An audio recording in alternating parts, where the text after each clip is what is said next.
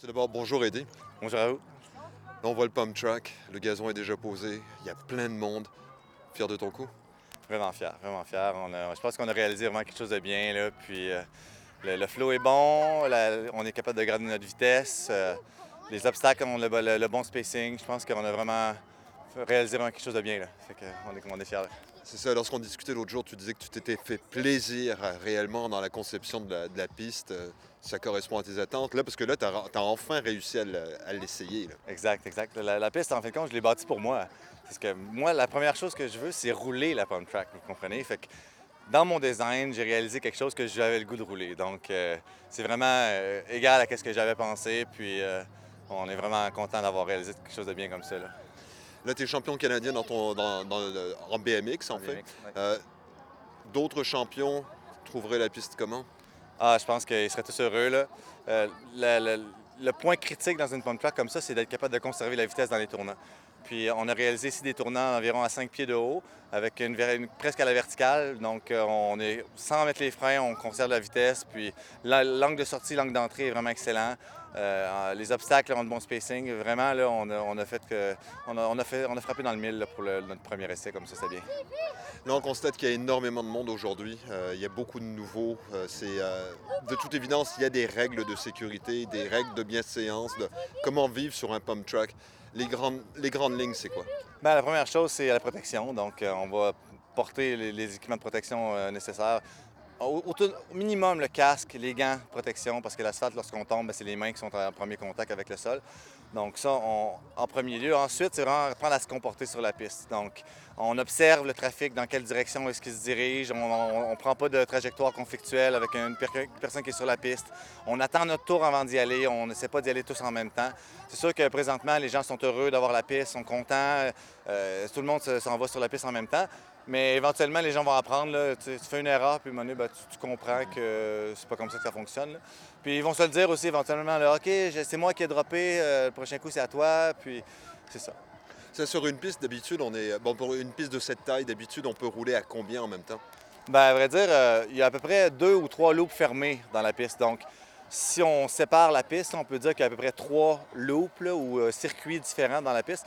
Donc, je dirais là, 2 ou 3 personnes en même temps dans la piste, là, au gros maximum. Là, plus que ça commence à être encombré puis ça commence à être dangereux.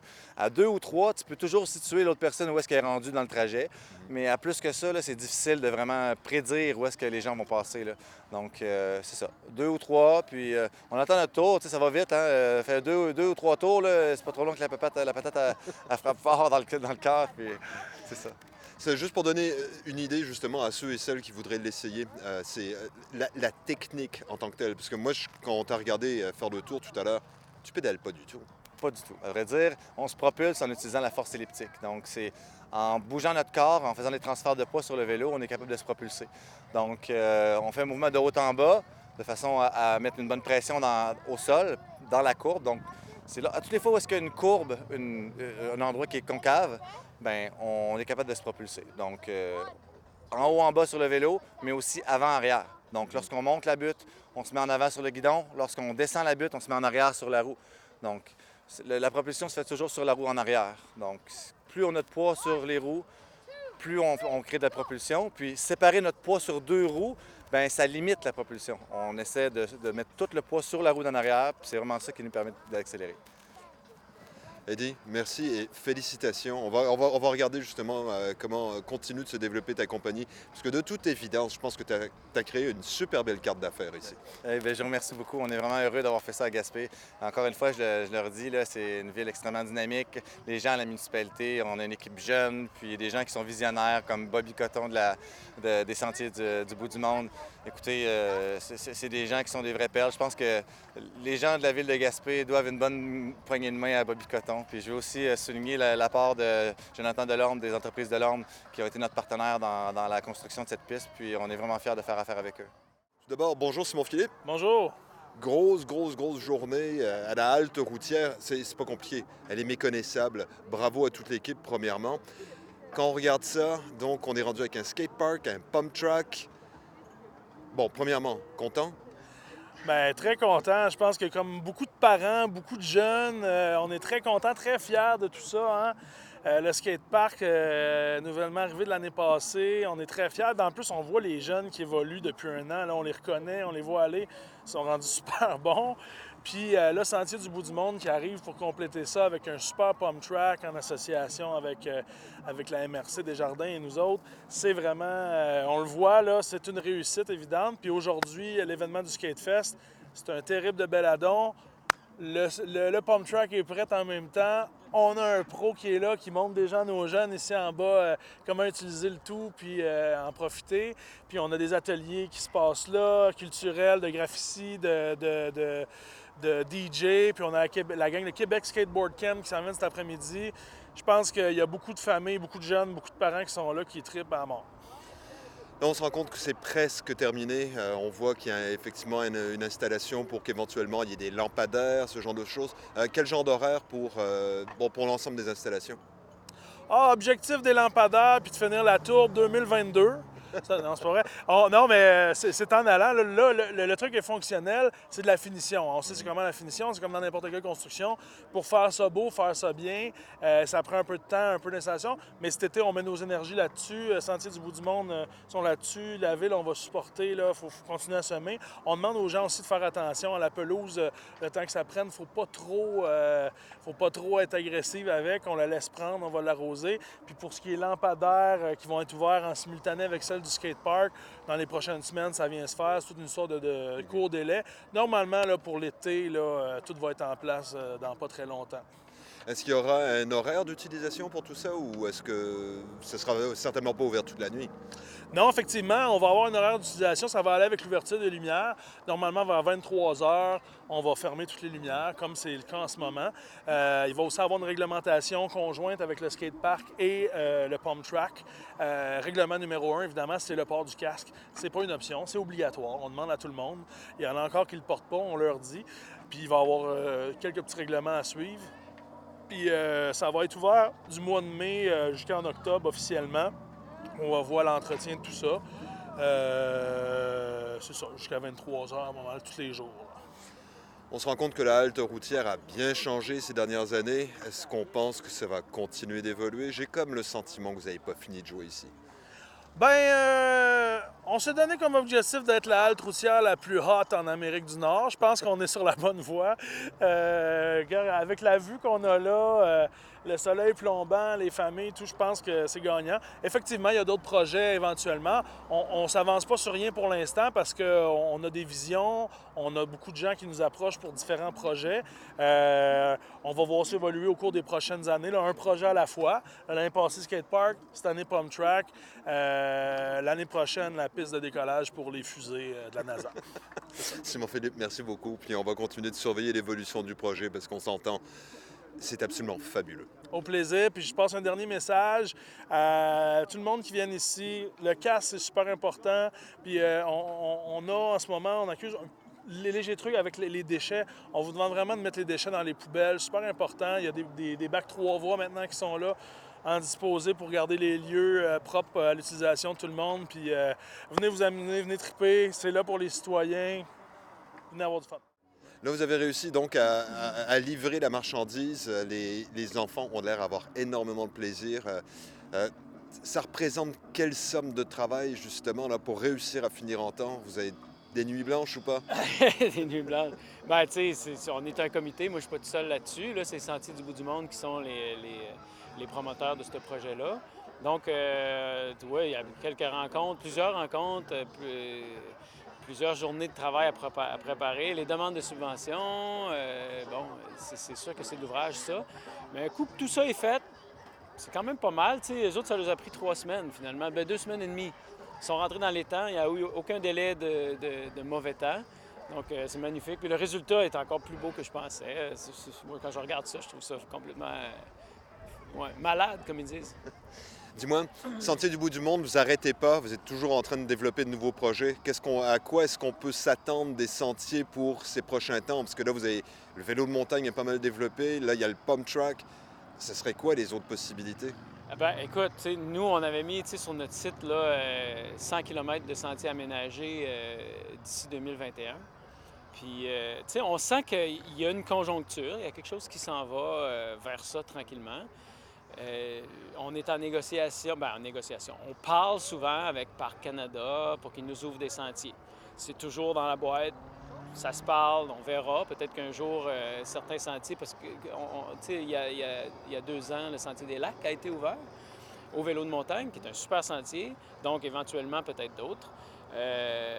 Maintenant, on a des développements sur le Pudding Stone qu'on regarde un peu, parce que là-bas, il y a une montagne de 615 mètres de haut. C'est haut comme Murdochville, finalement. Il y a une vue 360 sur la baie des Chaleurs, Percé, Gaspé. C'est probablement la plus belle vue qu'on a autour de ça.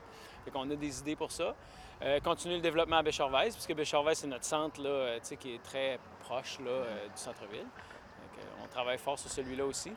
Il faut vraiment que, il n'y a pas beaucoup de monde encore qui viennent par rapport à la qualité de piste qu'on a là. Les gens qui viennent de l'extérieur nous disent vous n'avez rien à envier aux autres centres de vélo de montagne. Donc, je pense que c'est un peu le but de ce pump track-là, de créer une espèce de relève, puis un engouement vers le vélo, puis qu'éventuellement, ils vont transporter leurs habiletés vers notre centre là, avec des pistes. Là-bas, c'est quasiment des glissades d'eau là, pour vélo de montagne. Là. Ça descend 5 km de temps là, en virant puis en sautant. C'est assez malade. Ouais. Donc là, on est rendu, quoi? Gaspé est pratiquement la Mecque ou une des destinations vraiment, vraiment intéressantes pour tout ce qui concerne le vélo, mais sous toutes ses formes, finalement. Bien, c'est notre but, hein, de positionner Gaspé comme la destination vélo de montagne. Sauf que je pense que ça s'inscrit aussi dans un circuit, un parcours avec d'autres centres. Il y a Murdochville qui a son espace de vélo de montagne, il y a Pin-Rouge qui en a fait l'année passée, Carleton qui en a développé beaucoup l'été dernier. Donc, éventuellement, on peut imaginer que la municipalité de Percé, Chandler et ainsi de suite vont développer aussi. Elle pourra avoir un super tour de la Gaspésie là, pour le vélo. Ouais. Donc, ce serait le tour de la Gaspésie pour la route des bières et la route des vélos. Oui, bien, en plein ça. Ben oui, parfait. Bobby, plan, merci. Bon plan. Bobby, merci beaucoup et félicitations à toute l'équipe des Sentiers du Bout du Monde. On se rend compte que vous avez fait un travail absolument immense et de toute évidence, vous avez livré la marchandise. Bravo. Oui, merci. Écoute, juste en terminant, là, moi, je vais juste remercier tous ceux qui nous ont aidés. Je ne les nommerai pas parce que c'est sûr que je vais l'oublier. Mais, la ville a été très accommodante avec nous. Il y a eu beaucoup d'aide des généreux commerçants de l'endroit, d'entrepreneurs qui nous ont donné des sous. C'est ça. Fait que, Puis rendez-vous au sentierduboutdumonde.com pour voir tout l'ensemble de l'œuvre. Bien, moi, de la fenêtre de mon bureau, j'ai la vue plongeante sur le skatepark. Tous les jours, il y a des jeunes. Puis à chaque fois qu'il y a un petit happening, comme aujourd'hui là, avec le Skate-Fest, ça se remplit. Donc, c'est des choses de notre temps, c'est des choses d'aujourd'hui. Les jeunes trippent, ça rend service à la population, ça améliore la qualité de vie, c'est un gage de développement, donc on est vraiment contents. Là, on se rend compte que le cyclisme, le vélo sous toutes ses formes est vraiment en train de prendre de l'expansion à Gaspé. Est-ce qu'on pense que ça pourrait devenir un axe de développement économique? Bien, c'est un axe de développement, oui, ça peut devenir un axe de développement économique. Déjà, en partant, on a le vélo de montagne qui se développe, le vélo sur piste. On voit, il y a avec Vélocipègue, avec tout ce qui se passe maintenant, le pump track qui s'ajoute. Écoutez, c'est des éléments terriblement attractifs. Il y a beaucoup d'adeptes au Québec, beaucoup d'adeptes en Gaspésie, ici à Gaspé. Donc, d'une part, on fait toujours ça pour le citoyen d'abord. Sauf qu'avec le temps, on se rend compte que c'est des éléments attractifs. Et dans un contexte où on manque de main-d'œuvre, on manque de famille, bien, tous les éléments attractifs qu'on a pour mettre de l'avant, que ce soit un golf, que ce soit une marina, que ce soit ces éléments-là, que ce soit un aréna, que ce soit... Bref, tout ce qu'on a dans le panier pour attirer du monde ici. Et là, oui, le cyclisme est en vogue. Donc, d'ajouter ceci à notre panier de services, bien, c'est des éléments attractifs supplémentaires. Donc, on ne peut que s'en enorgueillir, puis le mettre de l'avant, puis s'en vanter, puis de le mettre de l'avant, puis de dire, regardez, venez vivre chez nous. Il n'y a pas mieux. Il n'y a pas mieux. Imaginez un skatepark avec la vue que vous avez derrière. Pump track et compagnie. Trippant. On est content. Merci Daniel, on va te souhaiter une excellente journée, puis on a bien hâte de te voir sur le pump track d'ailleurs. Bonne chance, je ne suis pas rendu là, mais merci pour les vœux de bonne journée par contre, ça je les accepte, et bonne journée à toi aussi, à tous les auditeurs. Merci. Bonjour, moi c'est Tristan. Je suis un artiste graffiteur depuis environ 10 ans. J'ai été mandaté aujourd'hui justement pour venir montrer là, les techniques rudimentaires là, aux plus jeunes pour pouvoir donner là, une petite touche artistique là, justement dans leur vie puis amener un petit peu de créativité. Là, Quand on regarde graffiti, bon d'ailleurs, les gens sont parfois un petit peu perplexes. Graffiti, il y en a qui identifient ça comme étant juste une façon de mettre sa marque dans l'urbanité, alors qu'en réalité, le graffiti, c'est une forme d'art. Oui, oui, tout à fait. C'est une forme d'art comme plusieurs autres. Elle n'a peut-être pas eu sa notoriété dès le début. Maintenant, c'est sûr, c'est un truc qui est beaucoup plus accepté. La preuve, je dis ça aujourd'hui, justement, là, pour donner un atelier d'initiation là, envers les jeunes. C'est quand même une belle initiative là, de la ville. Puis oui, ça permet de développer la créativité, leur, justement, esprit créatif, la confiance en soi aussi, parce qu'on est fiers quand on a fait une belle murale. Justement, ça, aujourd'hui, les jeunes, tantôt, ils tripaient au bout, puis le résultat qu'il va avoir à soir, c'est sûr, ils vont être contents là, de dire que hey, on a fait ça, là, c'est hot. Dis-moi, est-ce que ça arrive souvent, justement, d'ailleurs, qu'on te propose de donner des ateliers de graffiti? Plus des contrats, je dirais, pour faire des murales. Des ateliers, j'en ai pas eu beaucoup. Là. En fait, ici, c'est mon deuxième, mais c'est une belle initiative. Puis c'est des trucs trippants aussi. Là, les jeunes qui touchent à ça pour la première fois, ils capotent là, le matin. Tout le monde est content. Là. Dis-moi, donc, le graffiti n'a pas toujours nécessairement eu bonne presse, mais il y a quand même des règles qui existent de bienséance, disons, pour faire des graffitis. Oui, bien tout à fait. Un matin, j'ai décidé de faire le mot respect parce que c'est tout à propos du respect, le respect de la lettre, le respect des couleurs, le respect de la propriété d'autrui aussi. Bien important de choisir des endroits là, qui ne dérangent pas le monde. Donc, ouais, c'est ça, c'est pour ça là, le respect. C'est pas une affaire de gang ou de méchants, c'est tout simplement un truc artistique, le graffiti. C'est une forme d'art comme plusieurs autres, justement, qui est un petit peu plus sauvage que les autres, mais qui est une forme d'art, oui, définitivement. On va te remercier beaucoup. On va justement espérer que, en tout cas, les kids risquent de décorer peut-être un petit peu la ville. On a bien hâte de voir quelle forme ça va prendre, mais ce qui est certain, c'est que tu es un artiste de très grand talent. Merci à toi. Merci beaucoup. Bonne fin de journée. Tout d'abord, bonjour Olivier, mieux connu sous le nom de Monsieur Nocturne. Bonjour, bonjour. Aujourd'hui, tu donnes un atelier sur l'art du DJing. DJing, de quoi parle-t-on? En fait, on va faire le tour un peu de l'histoire du DJ, de où est-ce que ça vient, pourquoi est-ce que ça s'est lancé plus loin que les clubs, qu'est-ce que ça en est aujourd'hui, et puis un petit peu de technique aussi. Donc l'atelier, ça l'englobe vraiment toute l'histoire du DJ. Là, quand on regarde, bon, tu as pas mal d'équipements quand même. C'est pas n'importe qui, n'importe comment qui peut faire rouler ce genre de choses. Exactement. C'est sûr que le DJing, c'est accessible par les logiciels maintenant avec Internet et tout. Mais quand on veut créer un standard puis des soirées, là, c'est vraiment une performance comme un band. Donc, c'est important de bien s'équiper puis d'être bien calibré là, dans son art. Là, quand on est DJ, est-ce qu'on estime qu'on est musicien quelque part ou chef d'orchestre? Je te dirais que c'est plus comme un sélecteur, donc quelqu'un qui va choisir les pièces musicales. Donc ça se situe pas mal entre les deux. Et puis l'objectif, c'est vraiment de créer des playlists pour des thématiques, de créer une ambiance aussi, de lire le public, etc. Donc il y a vraiment un métier autour de ça qui est le avant et le après, pas juste la performance là, derrière les platines. Là. Là, tu es présent en Gaspésie depuis un certain temps déjà. Comment ça se passe justement? Est-ce qu'on réussit à vivre du DJing? Parce qu'il y a quand même pas mal d'événements. Oui, en fait, c'est sûr que moi, en Gaspésie, j'essaie de diversifier mon offre. Je donne des leçons. J'ai également des soirées plus corporatives, des soirées plus émergentes. On essaie de créer de l'engouement autour de ça. Mais oui, j'arrive à faire une vie là, de ça. C'est super agréable. En fait, je ne m'attendais pas à ce qu'en Gaspésie, je puisse faire une vie de ça. Je pensais justement que c'était proche des métropoles que ça se passait. Mais les gens sont intéressés, ça prend des animateurs, ça prend de l'animation. Donc, je trouve bien ma place. Puis, je suis capable aussi de me développer là-dedans aussi, là, de trouver d'autres musiciens justement pour collaborer, des gens avec des techniques un petit peu différentes des miennes. Justement, en musique, là, je suis capable d'apprendre beaucoup plus que par le simple DJing.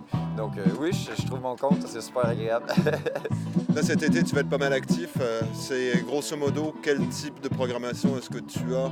Bien là, j'ai des événements avec Moment Sauvage, entre autres, qui vont être faits une fois par mois environ. Au Berceau aussi, puis à l'Espace Vert, je vais pouvoir animer la ville durant les journées, les 5 à 7. Donc les gens qui finissent de travailler, qui veulent venir prendre décontracter un petit peu au soleil, là, on va pouvoir profiter. On a également des événements un petit peu plus à l'extérieur. Là. Je fais quelques festivals, donc ça me permet de voyager avec ça puis de profiter un petit peu de la région du Québec. Pour ceux et celles, organismes, entreprises ou autrement, qui chercheraient tes coordonnées pour soit passer des contrats ou autrement, on fait comment pour te joindre? Ben, j'ai une page Facebook, Monsieur Nocturne, Nokturn, donc Nocturne. Et puis sinon, j'ai le site web mrnocturne.wordpress.com, donc les gens peuvent aller sur mon blog personnel. Merci Olivier, Merci. on va te souhaiter un superbe été. Merci à toi.